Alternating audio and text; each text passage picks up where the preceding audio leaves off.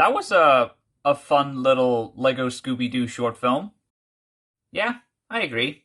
Maybe a little bit too short, but otherwise it was fun. To be honest, it kind of feels more like an episode of a TV show. How come nobody ever made a Lego Scooby Doo TV show? That actually would have been pretty cool. Yeah, but instead we only have two movies and a short film. Kind of lame, but oh well.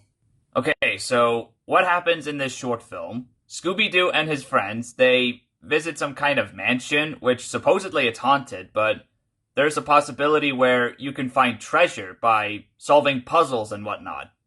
And while they're at it, there's this evil Black Knight on the loose, and he wanted the treasure for himself. And I think this Black Knight is supposed to be some kind of a ghost inside of a knight's armor, but once again, it's not really a ghost. It's a normal person trying to scare people, as usual. That's Scooby-Doo for you. We also get introduced to some new characters who live in this mansion. There's Wanda, who is voiced by Colleen O'Shaughnessy, by the way. There's Adam, there's Kyle, and there's this other guy who dresses up like Count Dracula just to scare people for fun. Same goes for Kyle, who dresses up like a ghost.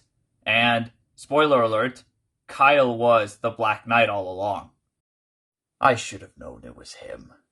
After all, he was the one who always says that there is no treasure, only because he wanted the treasure for himself. Pretty relatable, if you ask me. Of course you do. It's not like you haven't stolen treasure before. Now, when it comes to the voice cast, aside from Colleen O'Shaughnessy voicing one of the new characters, they also brought back the original cast for the main characters. Well, not original cast, but the cast that I grew up with, at least. They are my favorite voice cast for the characters. We have Frank Welker, Matthew Lillard, Kate McCucci, and Greg Griffin reprising their roles as their characters. And once again, they all do a great job in their roles. Yeah, especially Frank Welker as Scooby himself. I also thought the animation looked pretty good too, and I'm actually very impressed with the way they handle these Lego animations. They look very realistic.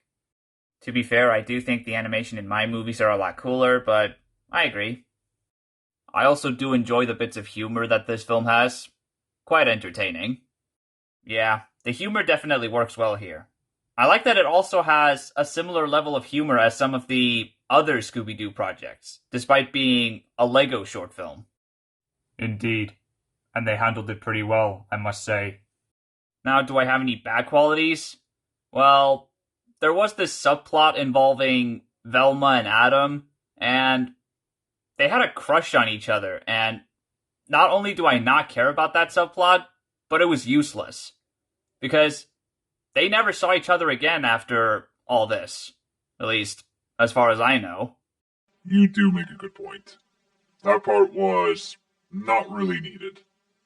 There was also this living plant creature, which I thought that was also a person in disguise of a monster, but no, it was actually a real plant creature. That should not be a real thing, especially not in this franchise. I didn't have a problem with it. Besides, it's a Lego short film. What did you expect? I'm just saying, a creature like that looks like something that belongs in Harry Potter, not Scooby-Doo. Unless if it's a person in disguise. Anyways, I think that'll be it for the review. I'm gonna rate this short film an 8 out of 10. Thanks for watching. If you like this video, please leave a like. But if you like this channel, please subscribe. See you next time.